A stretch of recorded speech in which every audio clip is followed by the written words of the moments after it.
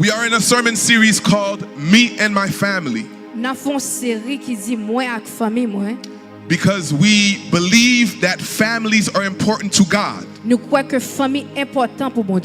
believe that God values families. And so because of that, we are in this series called Me and My Family. Joshua was encouraging the people in front of him. He said, choose today who you will serve. Are you going to serve the gods of your ancestors? Or are you going to serve the other gods? But as for me and my family, me and my household, we will serve the Lord. I don't know about y'all. I don't know about this group here. I don't know about this group here. But me and my little family, we will serve God. We won't leave nobody behind. My son won't stay behind. My daughter won't stay behind. But me and my family, we will serve the Lord. Is that all right, church? Somebody say, me and my family, I will serve God. We will serve God. Say it again. Say, me and my family, we will serve the Lord. We are living in a time where the family is being attacked. Did you know that? Families right now are under attack. Let me tell you 3 ways that families are under attack. 20 years ago, 20 years ago, the average age where a couple would get married was about 20 years, 22 years old. L'âge que un monde capable marier c'est à peu près 2 ans, 22 ans.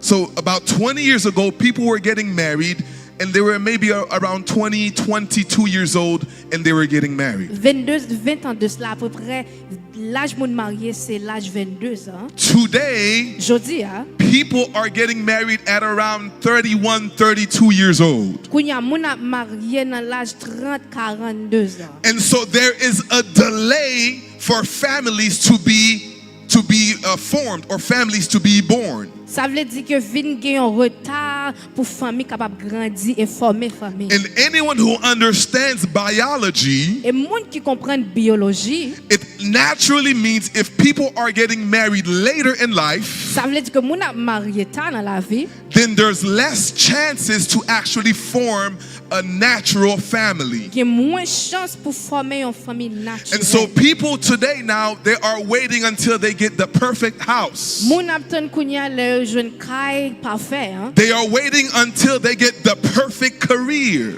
L'attend côté pour yo faire parfait carrière parfait. And so what you have a generation of people who are delaying maybe the most important thing in a society. Ça qui arrive c'est que jeune monde qui ba retard. Which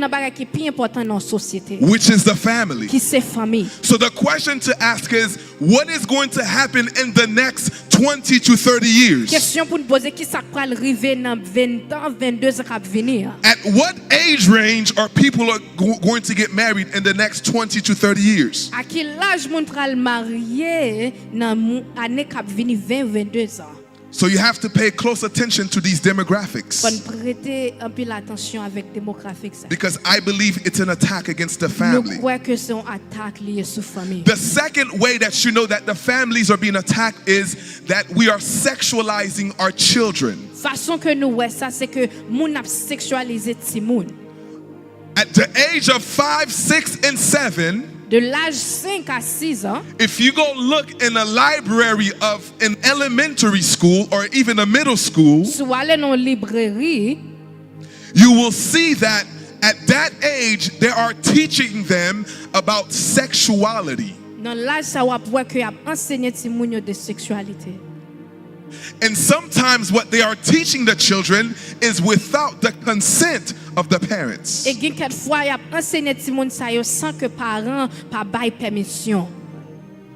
And so they are sexualizing our children, and they are telling our children, you can be whatever you want to be. If you want to be an elephant, by all means, if you identify as an elephant, you can be an elephant. If you think that you are a refrigerator, then by all means, you are a refrigerator. And so they're smart because they're getting to our children very young. In church, I want you to know, those who are watching online, I want you all to know, this is an attack against the family. The third way that you know that the family is being attacked, it's the availability of pornography. Oh, Pastor Melchi, you talking about pornography from the pulpit? Yes, I'm talking about it from the pulpit. Because there are certain things, the more it remains a secret or a taboo thing, it never gets delivered, it never gets talked about, and the problem is never solved. And so because of that, you have people who are struggling with this addiction, and no one talks about it. The church doesn't talk about it. Growing up in the church, I never heard a preacher talk about it.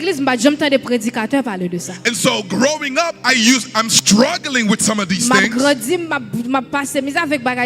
I'm thinking all of this is normal. Because in high school, someone exposed me to that. And no one ever told me that this is not normal behavior.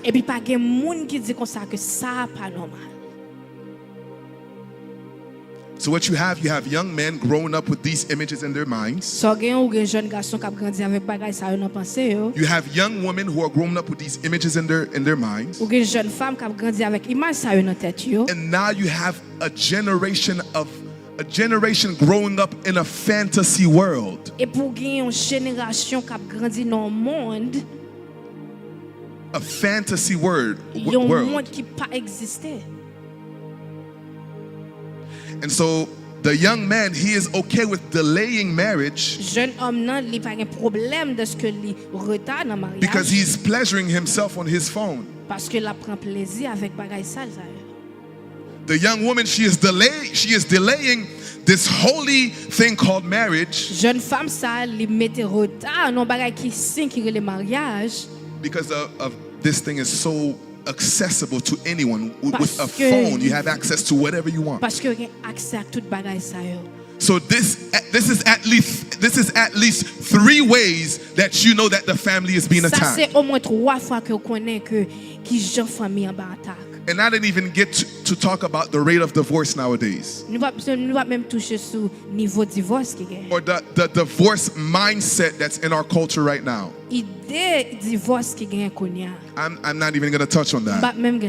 But if I were to touch on that, someone gets married today, and tomorrow I no longer feel like I like him anymore. I don't feel like I should love him anymore. I don't like the shape of his head anymore. I don't like the way he treats me anymore. I don't like him anymore. And so I may have gotten married last year. I made a commitment for better or worse. I made a commitment for sickness and in health. And because I don't like the way he looks anymore, I'm going to file for divorce, and then that's it. Church, our families are being attacked. Let me say it again. Church, our families are being attacked. But me and my family, I don't know about the world, but me and my family, we will serve the Lord. Christ City Church, Our families will serve the Lord. Our children will serve the Lord. Our husbands and wives will serve the Lord. In the name of Jesus. Hallelujah. Praise the Lord. And so, one of our core values here at Christ City Church is family. Une valeur que nous gagnons dans Christ, c'est famille. We prioritize families. Nous priorisons famille. We invest in families. Nous investissons dans famille. We advocate for families to be together. Pour famille, pour ensemble. To remain together. Pour rester ensemble. And if a family is broken, we advocate for the family to be reconciled. Si une famille brisée, que nous prions pour y réconcilier. Because a strong society parce qu'il y a une société qui fort is a society with strong families. C'est une société qui a une famille qui fort. A strong society une société qui fort has strong families. Une famille qui fort. Pastor Melchi, why are families so important? Pastor Melchi, pourquoi sa famille est importante? In Genesis chapter 13, dans Genèse chapitre 13, God talks to a man named Abraham. Bon Dieu parlait avec un homme qui s'appelait Abraham. And God says to Abraham, I'm going to bless you. Il dit Abraham, moi vais bénir. Those who bless you will be blessed. Those who curse you will be cursed. This was the Lord's declaration to Abraham. But I want you to know how God was going to bless Abraham. So Genesis chapter 12 verse 3. Genèse chapitre 12 verset 3. Genesis 13 verse 3. Genèse 13 verset. Here's what the Lord says to Abraham. Mais ça bon Dieu dit Abraham. He says, I will bless those who bless you. And those who curse you, I will curse. It says, in you all of the families of the earth will be blessed. Et toute famille la terre a béni à travers vous-même. In you, Abraham. Et vous-même Abraham. In you, Abraham, I'm going to bless all of the families of the world through you. So God's mean to bless the world is through families. God blesses the world through families. Not that he can't bless an individual. Not that he can't bless a man or a woman individually. But he has chosen to bless the world through families. So your family is the recipient of the blessing of God. Your family is a recipient of the blessing of God. So this man Abraham, just to give you some context, God wanted to start a nation with Abraham, which is the Jewish nation.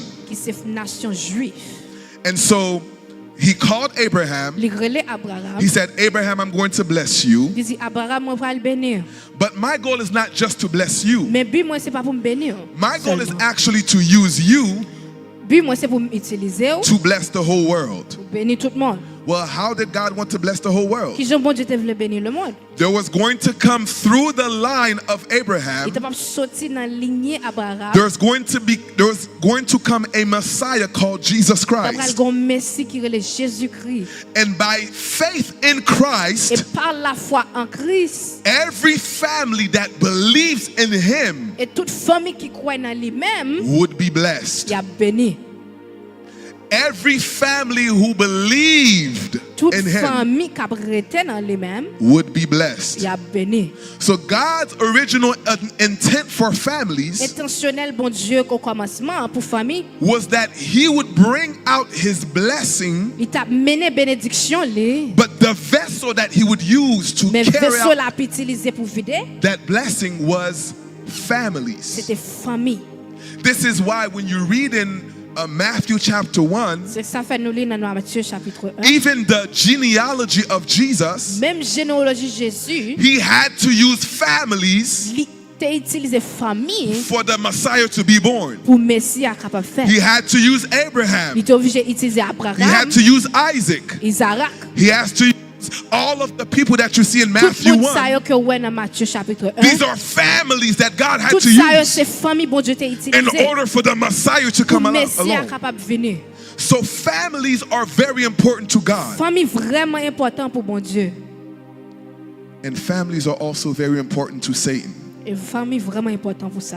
God loves families. He wants to bless the world through families.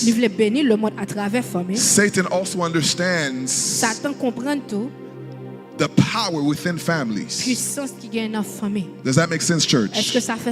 Satan also understands the power within families.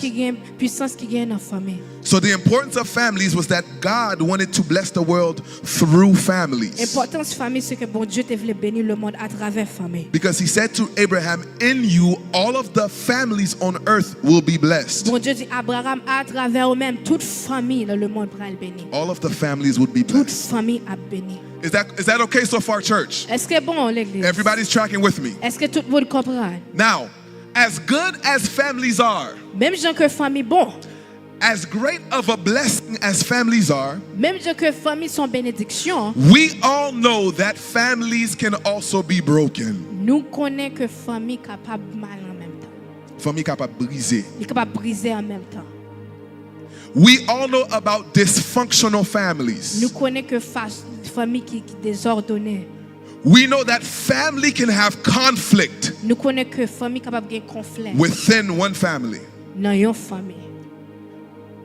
When you have Thanksgiving dinner, there's always that one uncle when he comes to the party. Oh my gosh, Uncle so-and-so is here. There's always that one person when they come to the party, oh so-and-so. That cousin that you have, there's always coming to ruin the atmosphere, the situation. We all know that families, as good as they are, families have a lot of drama. Families have a lot. Families can be messy. Am I the only one? Am I dealing with a bunch of perfect families? You came from a perfect family? Your dad was always there for you? Your mom was always there for you? You always got along with your sister? You always got along with that cousin? We all came from a broken family. In every family, there's always some type of dysfunction.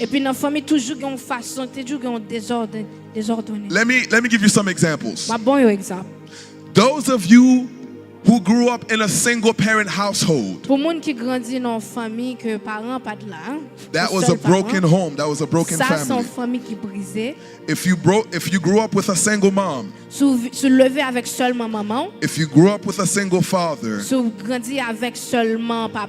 if dad was home but he wasn't really home, if you know what I'm saying. He was home, but it's as if he was not home.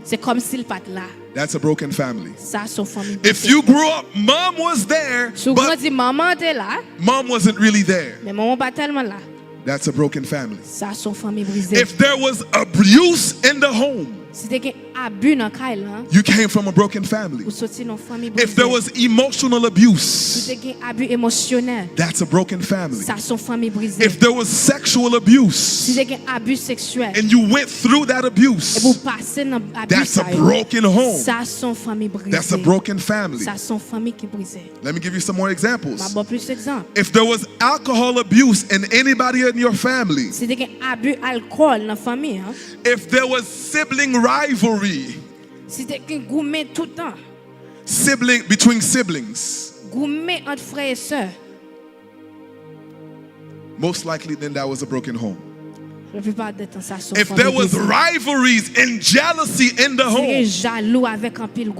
if you had that one cousin that always lived better and you never got the nice things that your cousin got, and because of that you were a little jealous, then most likely that home was broken. And by the way, there's levels of brokenness. If there was any extramarital affairs in your home,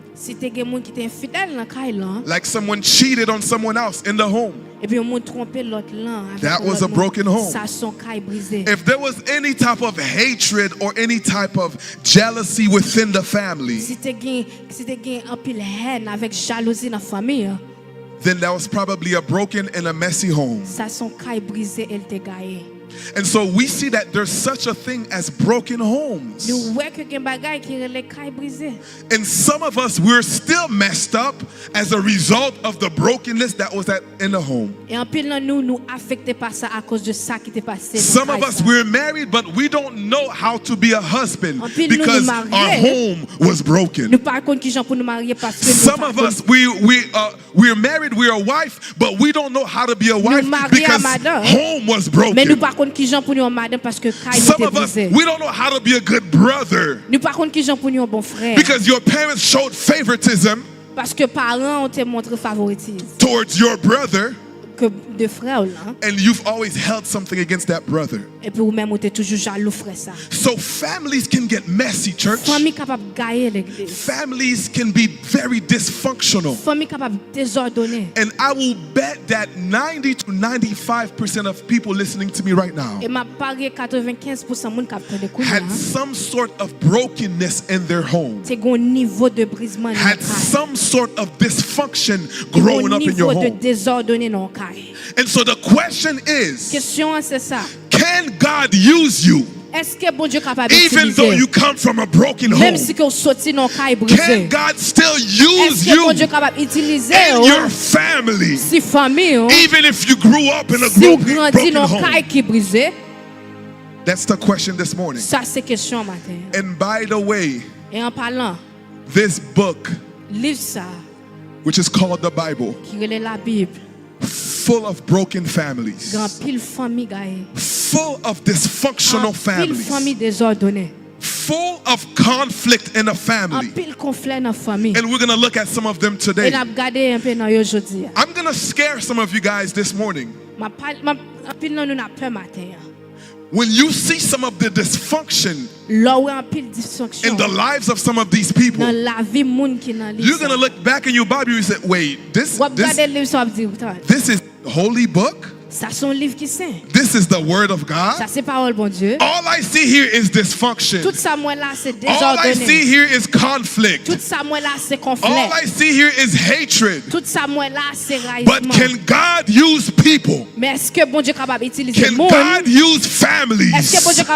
Even though you grew up in a broken home, I'm here to tell you that God can still use your family. Even if you grew up in a broken home, even though you grew up without a father, there's still grace for you. Even though you grew up in a broken home. In the name of Jesus. Somebody say, no matter how broken. Say it with me, church. Say, no matter how broken, God can still use me and my family. Oh, let's say it again. Say, no matter how broken, no matter how broken, God can still use me and my family. Oh, hallelujah. I don't know if there's people here. You didn't come from a good family. You didn't come from a family of good people. You didn't come from a family people who does good things. You come from a family they didn't want to see you. There's no big things in that family. But I'm here to tell you, God can take you. He can take you and do something extraordinary. Even though you come from a family that's broken, even though you come from a dysfunctional family, God can still use you. Young man, jeune homme, young man, jeune homme, I know you didn't have a dad growing up. God can still use you. I know your mother was not home in the house. God can still use you. I know everyone hated you in the family. God can still use you. He can still use you and your family for His glory. Hallelujah. Hallelujah. I feel the anointing of God here. I feel the anointing of God here. Church, amen. Amen, l'église. Amen, church. Amen, l'église. The Spirit of God is here. L'esprit bon Dieu là. Hallelujah. Hallelujah. Pastor Melchi, you don't understand. Pastor Melchi, vous pas comprendre. I come from a very bad home. You don't understand the level of dysfunction of my house. You don't understand the abuse that I had to go through. You don't understand how bad my dad was. You don't understand how bad my mom was. Pastor Melchi, you have no idea. Actually, I do have an idea. Because I know that God, no matter what happened in the past, He can turn messy into a legacy. Oh, let me say it again because you missed it. He can turn messy into a legacy. Oh, hallelujah. So it doesn't matter what you've been through. It doesn't matter what happened. The blood of Jesus can give you a new start. And give you beauty for ashes. In the name of Jesus. Church, let me have you look at Matthew chapter 1. I want you to see this. Everybody has their Bible? And not only do I want you to have your Bible, I want you to have a highlighter or a pen. Because I want you to do this exercise along with me. So tout le monde prend Bible et prend Everyone get your Bible and a pen. Parce que nous allons faire un petit exercice à travers We're la going to Bible. do a little exercise. Matthew chapter 1. Matthieu chapitre 1. The book of Matthew Livre Matthieu was written by a man called Matthew. était écrit par un homme qui s'appelait Matthieu. Matthew's audience was the Jews. Matthieu, en tant que juif, his audience, who he's talking to in Matthew, are the Jews. Il t'a parlé à travers juif yo. He wanted his audience to understand that Christ was the Messiah that they have been waiting for all this time. Il voulait pour yo comprendre que Jésus c'était Messie t'attend pendant tout temps ça. All of the Old Testament prophecy, toute prophétie dans l'Ancien Testament yo, they all came to completion in Christ. Yo vini en complet dans Jésus-Christ. Does that make sense? Est-ce que ça fait sens? So a little bit about Matthew. Matthieu. So his nickname was also Levi. Non, lui c'était Lévi aussi. Okay. Now a little bit about Matthew. Un petit peu de Matthieu. Matthew was a tax collector. Matthieu était qu'on prend taxe. Guys, if you can give me some monitor, I feel like I'm losing my voice. Matthew was a tax collector. Matthieu était qu'on prend taxe. In other words, Matthew, he worked for the IRS. Let's contextualize it. En d'autres termes, Matthieu travaille pour gouvernement. So let's say Pastor Melchi owes $5,000 to the IRS. On dit que ça que vous doit $5,000. The agent that comes and collect the money agent qui vient pour prendre cob là is called a tax collector. Il est un collecteur de taxes. Is that right, church? Est-ce que c'est bien l'église? Okay. And so this was Matthew's job. Ça c'est travail Matthieu. He was a tax collector. So those who owed the Roman Empire, if they owed them money, Matthew was the one to collect the money. Dans l'Empire romain, Matthieu c'était monde qui te comprend taxe si vous doit.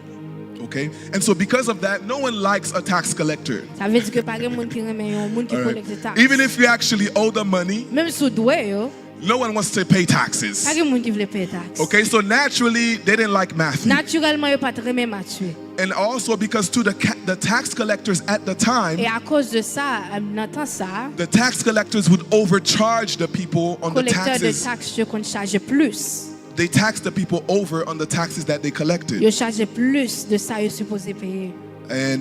But nonetheless, Jesus selected Matthew. Mais malgré ça, Jésus prend Matthieu. Jesus says, "You will follow me." Il dit, "Vous suivre moi." And so Matthew was an original disciple that saw all of the ins and outs of Jesus. Matthieu c'est un disciple original qui était la vie de Jésus. So what we're going to see here in Matthew, Matthieu, this is the revelation of the Holy Spirit to Matthew. Ça c'est révélation de Saint-Esprit à Matthieu. Okay, and Matthew is just writing according to what the Holy Spirit is telling him. Matthieu a écrit d'après ça Saint-Esprit a dit. Okay, does that make sense? Est-ce que ça fait sens? I'm going somewhere with the church. Does that make sense so far? Nous allons côté ensemble avec, mais est-ce que ça fait sens? All right, I love when the church is with me. Now, there's two records of the genealogy of Jesus. Il y a deux records de généalogie Jésus. There's a biological lineage of Christ. Il y a un lignage biologique. This is from Mary, his biological mother. De Marie, qui c'est maman biologique. Okay, Mary conceived Christ not through interaction with a man, Marie te fait Jésus par interaction avec un homme, but through the holy will of the Holy Spirit. Mais à travers le Saint-Esprit. So this is why they call it a virgin birth. C'est ça que fait une naissance qui était faite par une vierge. So Mary was the biological mother of Jesus. Marie qui c'est maman biologique Jésus. Mary's fiancé or husband, his name was? Marie ou bien fiancé, Marie c'était? His name was? Non, c'était? His name was Joseph. C'était Joseph. So not only is there a biological lineage of Jesus through Mary, pas seulement une ligne biologique à travers Marie, but there's a legal lineage through Joseph. Mais il y a une ligne légale à travers Joseph. So Joseph was not the biological father of Christ. Joseph pas de papa biologique Jésus. But through his relationship with Mary, mais à travers relation avec Marie, he was the legal father of Christ. Il était papa légal Jésus-Christ. So Matthew is writing Matthew chapter 1. Matthieu a écrit Matthieu chapitre 1. The genealogy that you see here in Matthew chapter 1. This is Matthew describing the legal genealogy of the Messiah. Ça c'est Matthieu qui a décrit lignée légale Jésus. But it's interesting to me, church, C'est vraiment intéressant pour moi l'église. That when I look at these people in the lineage of Christ, I thought that these people were just going to be perfect people. I thought these people were just going to be just spotless. I thought the line of the Messiah would just be people who are just spotless and perfect and holy. But when I read here, let's read together. Matthew chapter 1. Verse 1. The record of the genealogy of Jesus the Messiah. The son of David, the son of Abraham. Bon, déjà là, j'ai un problème. I'm going to take this again. Okay. Verse 2, it starts with Abraham. Can you underline? Can you just circle or underline Abraham, please? Just put a circle around Abraham. I want you to understand one thing about Abraham. Abraham was a liar. Is that right, church? Abraham had a lying problem. Abraham te gon problème bay menti. 2 times he was in trouble. Il était dans problème. And his wife was with him. Et puis madame il était ensemble avec. And in order for him to get out of the situation, he had to create a lie. Pour capable sortir dans situation, il était obligé créer un menti. So he had to tell them that his sister, that his wife was really his sister. Il était obligé de dire madame li c'est seule. Which is a lie. Ça c'est un menti. Kind of a lie. Peut-être un menti. Kind of a lie. Why? Because Sarah was actually the half sister of Abraham. Parce que Sarah c'était moitié sœur Abraham. But she was also his wife. Mais elle était madame li tout. So this man Abraham is, remember, he received a promise from God. Because the promise was delayed. He went and he got with his servant that was living at the house. Went into sexual relations with her. Even though he had a wife. And this same Abraham, he bore a son Il fait un petit garçon. And now the servant, she's pregnant. She's living in the house. La vive dans Kaila. And things get messy. Et puis bagay yo veni things get to be dysfunctional. Remember, we're talking about dysfunctional families. And so Agar is pregnant, but Sarah is not pregnant. And so they start hating each other. I'm his wife, I'm supposed to be pregnant. And so what they end up doing, they have to kick this pregnant woman out of the house. She has to give birth somewhere in the desert. Because things got messy. Family relationships get messy, church. Things can get very complicated within the context of a family. So when I look at this in the genealogy of Jesus, I see Abraham, a liar. Not only do I see Abraham, I see Jacob. Jacob was a deceiver. Underline and circle Jacob. Entouré ou bien souligner Jacob. In your Bible, just underline or circle Jacob. Dans Bible, juste seulement souligner Jacob, a deceiver. Jacob, c'est un menteur. He tricked his brother. And then he stole his brother's birthright. Even though the brother was older than him, but he stole his brother's birthright. Not only did he trick his brother, he tricked his dad. Because he wanted the blessing of the dad so bad that he tricked the dad into thinking that he was the older brother. He was a deceiver. And so this is how messy family can get. The mother of Jacob, whose name was Rebecca, Rebecca was a good mother, but she had favoritism towards Jacob. So she helped Jacob deceive his father because of the favoritism thing. And so now you have two brothers who are fighting now because one stole the blessing of the other. But this only happened because the mom, she wasn't wise enough not to favor one son over the other. Again, it got messy. The family is not functional right now. One brother hates the other. Now one brother is chasing the brother all the way through another city. And mom is just sitting there. Mom loves Jacob. This is why mom is helping out Jacob. And now there's jealousy between the brothers.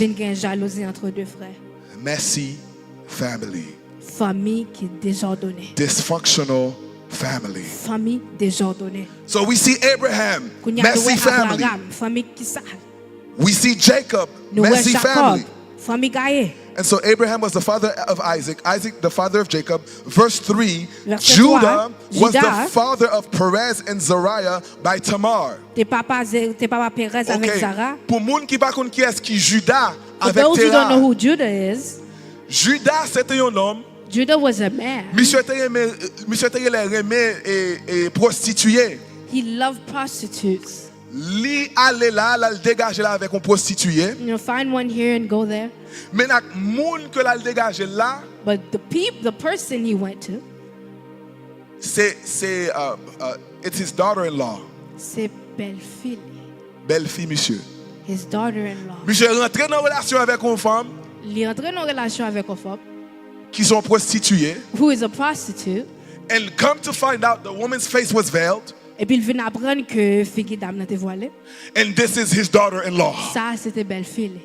And so these two sons that you see, Perez and Zerah, these two are the result of the relationship of Judah and Tamar. Deux moun sa yo Perez ak Zara, c'est un résultat de Judas avec Tamar. Perez and Zerah, they were twins. Perez avec Zara, c'était Marasa. Dysfunctional family. Famille désordonnée. Messy family. Famille gaée. Circle again. Entouré encore. There's someone else whose name is on here. Gon l'autre nom qui là. Verse, let's see. Someone else whose name, there's this woman named Rahab. Rahab was a prostitute. Rahab, c'est une prostituée. If you remember when there were some spies that were spying out the new land. Yo t'a regardé une nouveau terre. And the spies came to Rahab's house. Et puis yo vini la caille Rahab.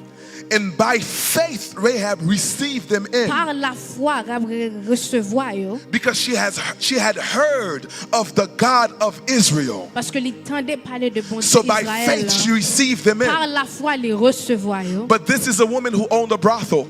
Même sa son femme. She worked in a brothel. Il travaille non prostituée.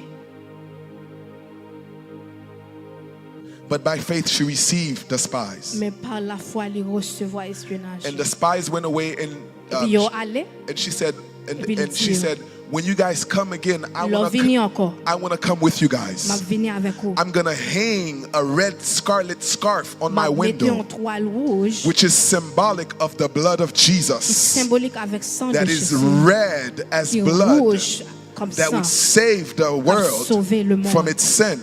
And by faith, this same Rahab, this same Rahab qui sont pécheurs. She came into the lineal family of Christ. The legal genealogy of Christ, Rahab was in there. What is a prostitute doing in there? What is a deceiver doing in there? What is a liar doing in there? Let's go even further. Not only do we have Rahab the prostitute. Verse 6. It talks about Jesse. Jesse was the father of David the king. Isaïe, c'était papa roi David. We always hear about David's dad. Nous tendons parler de papa David. But we never hear about David's mom. Mais nous pas jamais entendu de Have you noticed that, church? David. Est-ce que vous prêtez attention? Nous tendons parler de papa David. We hear David's father. Mais comme maman David. But what about his mother? Comment se fait-il let Samuel à la caille David? When Samuel went to c'est à Isaïe seulement parler. He talked to Jesse. C'est avec Isaïe seulement parler. Nous connaissons papa David. We know David's mais father. Nous pas connaissons maman David. But we don't know David's mother. Connaissons maman David. Where is David's mother? Isaïe était un single father. Jesse was a single dad. Il était tout petit garçon sérieux que t'a levé dans caille là pour qu'on lit. He had all these sons. Si maman David était là, nous pas David's mom was there. Nous pas attendre un pile de lit. We don't know much about Donc si mademoiselle était présent, if she was there, il pas vraiment présent. She wasn't really there. If you know what I'm saying. Ce qu'on ça m'a dit. Si maman David était présent, il pas vraiment présent. If she was there, she wasn't really Parce que c'est plus de Isaïe nous tendait, nous pas attendait de maman David. Because we only hear of Jesse but not the mother. So Jesse was a single father. Isaïe c'est ton papa qui était pour compte. Trying to just make things grow by himself, trying to raise these bad little boys by himself. Pour compte. A single father. Yet Jesse is in the lineage of Jesus. It would take me a whole sermon to talk about David. It would take me a whole sermon to talk about David. David, we know, was a murderer. David was an adulterer. But let me teach you something. Not only did David commit these things, David was not the best parent. Because there was a lot of messy things happening in the household of David. His son, one of his sons, hated David. One of his sons actually raped his daughter. So siblings doing some disgusting things with each other. Two of David's sons deux dans petit garçon David were brutally murdered. Ils étaient tués brutalement. This is David, the man that we always love to talk Ça c'est un about. roi que nous parlons en pile de lui. King David. Roi David. David had a lot of messy family problems. David te gon famille qui David had a lot of messy family conflict. David te gon famille qui And so why is David in the lineage of Christ? David dans lignée Jésus? Why did Christ promise David a seat in the kingdom? Pour qui ça bon Dieu te promet David un royaume sacré? And then you have the son of David. Et pour un petit a man named Solomon. Solomon was an idolater. Salomon c'était un adultère. Solomon had 700 wives. Salomon était 700 madames. And 300 side chicks. Et 300 jeunes 700 wives. 700 madames. And 300 side chicks. Et 300 ménages. I always ask myself. Et me toujours poser tête moi. I see the headache with one wife. Moi ouais tête fait mal avec one madame. I see the hard work with one wife. Moi ouais travail dur pour one madame. Imagine you have 700 wives. One is enough for me.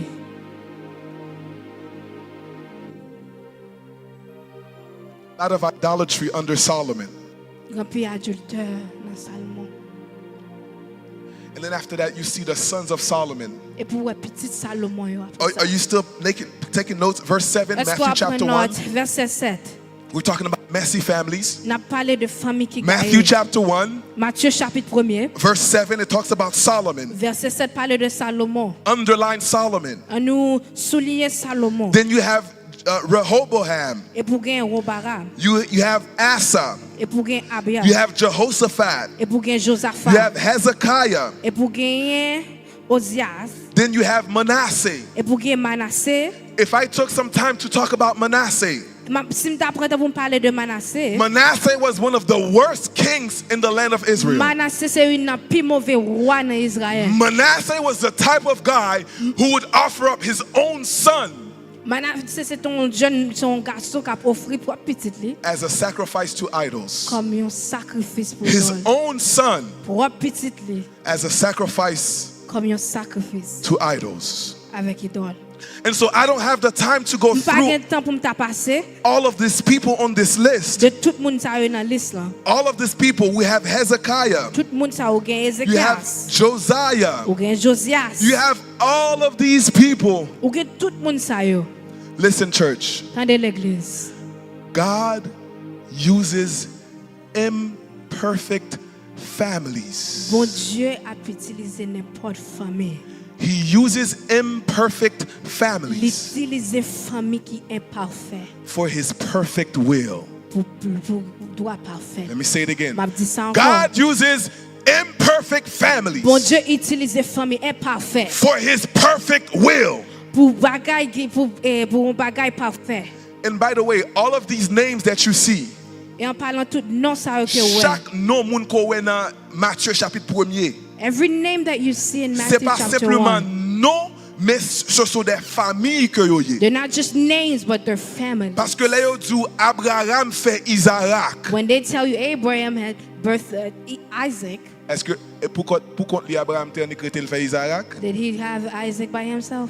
Donc là dit Abraham fait Isaac là, c'est Abraham avec madame ni et avec petite li, ça veut dire une famille. That means a family. Et chaque monde qu'on est dans liste là, and everyone you see in that ce sont des familles. They are family. Qui a fait de génération en génération jusqu'à ce que Messie a vint fait.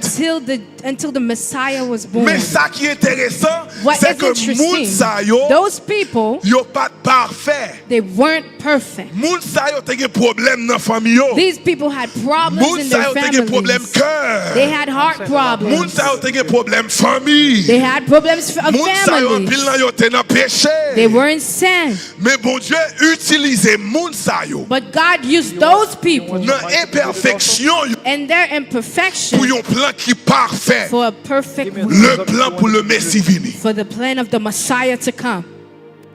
But here's what I want the church to understand. Mais ça me vous comprendre.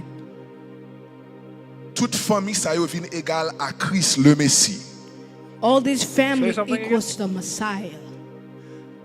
Mais dans la vie Jésus. But in the life of Jesus. Moi pas jamais ouais I've never seen a small ounce of sin. Hear me, church. Talk to me. Dans la vie Jésus, in the life of Jesus, ça me dans la vie David là, c'est comme si me pas dans la vie Jésus. What I saw in the life of David, I didn't see it in the life ça of Jesus. me dans la vie Jacob là, c'est comme si me pas dans la vie Jésus. What I saw in the life of Jacob, but not in Jesus. Ça me dans la vie Abraham, c'est comme si me pas dans la vie Jésus. But not in Jesus. Qui vient permettre que juste parce que c'est dans famille ça a sorti. That allows this family. Pas veut dire qu'on doit bailler résultat famille. Doesn't mean you have to give the results. Juste parce qu'on sorti dans famille moun just because you come from that family. Pas veut dire ou même ou doit menteur. You don't have to be a liar. Just because you come from a family, those men were not married, doesn't mean you don't have to marry. Just because you come from a poor family, doesn't mean you'll be poor. And you, your past doesn't have to determine your future. What your mom was doing doesn't have to be determined what you. The poverty that your family grew up in. The poverty that your family grew up in. It doesn't mean that you have to grow up the same way. The lack of trust that your mom had with your dad. It doesn't mean that you have to do the same thing. Si quelqu'un est en Christ, il est une nouvelle création. Everything is new now. In Christ. Pastor Melchi. My dad was a womanizer. My dad never slept in the house. Does this mean that it's going to be the same thing for me? If you are in Christ, it doesn't have to be the same thing for me. Pastor Melchi, my mom was never around. I don't know what it's like to be a woman. I don't know what it's like to grow children. Your future doesn't have to be what your mom did. Your future doesn't have to be what your dad did. In Christ, you have an opportunity to do something brand new and say, me and my family, we will serve the Lord. Church, say, me and my family. Me and my family, we will serve the Lord. Me and my children, we will serve the Lord. Me and my household, we will serve the Lord. I don't care the level of mess in your family. I don't care the level of mess in your family. I don't care the level of dysfunction in your family. I don't care the level of dysfunction. In Christ, you have an opportunity for new. Because when you read Matthew, womenizers, idolaters, liars, deceivers, and then Christ comes. He produces holiness. He produces joy. He produces self-control. All of the things his family cannot produce, Christ was able to do these things. And this morning I declare over your life that whatever your family cannot do, whatever your generation line cannot do, whatever your grandfather cannot do, I declare that you will do it. What your dad couldn't do, what your aunt couldn't do, you will do it.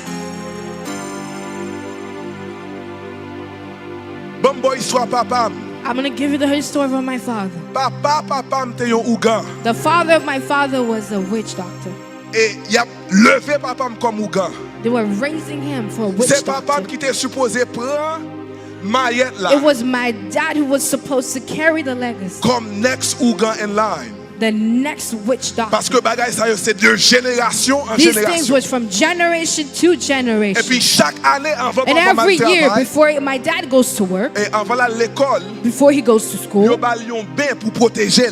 They give him a babe to protect him. Yo dit l'orphin bayen Jean ou bayon là. They said after we bathed you, ou kal de yo ça veut dire protéger. You can go outside and now you're protected. Mais papa me dit à l'âge de 16 ans. But my dad said at the age of 16. Pendant yon jour yo pral mener le prend bain là. As they were bringing him to go take that bath. Papa me campé li dit non. My dad said no, I'm not going. Li dit non, pas aller. He said I'm not going. Li dit m'a prend l'autre chemin. Said I'm taking another route. Li dit m'a prend l'autre direction. I'm taking another direction. Li dit non, pas aller. I would not go. Ça c'est une. That was one. And now he removed himself and the switch thing. But my dad now, he felt a call. He felt a call. Now he grew up in a Catholic church. He wanted to talk to the people of the neighborhood to tell them that I want to become a priest. Because he felt like he had a call. And you worked to talk. And they had an interview with him. They said, young man, where did you come from? What family you come from? He said, I come from the family of people of witch. My dad is a witch doctor. They said, no, we're witch. They said, no, man. No, for someone to become a priest, you cannot come from a family of witch. They said, young man, thank you. Go find something else to do. You cannot be a priest. And that means for them, for Catholic Church, the family line of this young man to become a priest, the lineage of the man was too dirty for his man. It was too dirty for man. But it was nothing but a call from God. But it was nothing but a call from God. And when he saw that they didn't want to accept him, and he found a true call from God. And he was in a room at his house, and he felt the Holy Spirit moving. The Holy Spirit moving. And he took the next step. Because he always feeling that call. And here's how my dad did not become a priest. And here's how he became a pastor that is preaching the gospel. Because man thought his family was too dysfunctional. But God said, what you think that was dirty, bring it to me, I will use it. That's what I love. Here's what I love, church. Here's what my dad did. His grandfather was a witch doctor. His great-grandfather was a witch doctor. His great-grandfather was a witch. His dad was a witch. He was supposed to be a witch. But by a decision, he said, me, I will turn. I will turn. I will turn my family. And now in this family, instead of a witch, this family is producing men of God. It's producing pastors. And now he's a pastor. His son is a pastor. His great son will be a man of God. Why? Because there's someone who stood up. He said, we would not take it like that. We come from a bad family, that's true. We come from a family, that's true. But God, but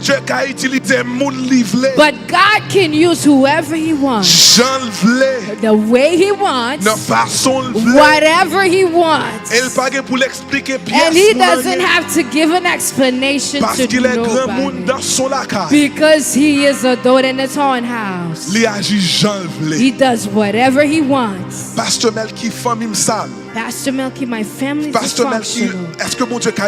Can God use me? I'm here to speak to you this morning that God can use your story. Bon Dieu capable utiliser. I don't care what they said in the past. Pas besoin connaître ça passé. I don't care how much dysfunction in your family. Pas connaître qu'ils ont fait ou désordonné. But I'm speaking to you mais right now. Parler avant. I'm speaking to you, young man. Parler avec. I'm speaking to you.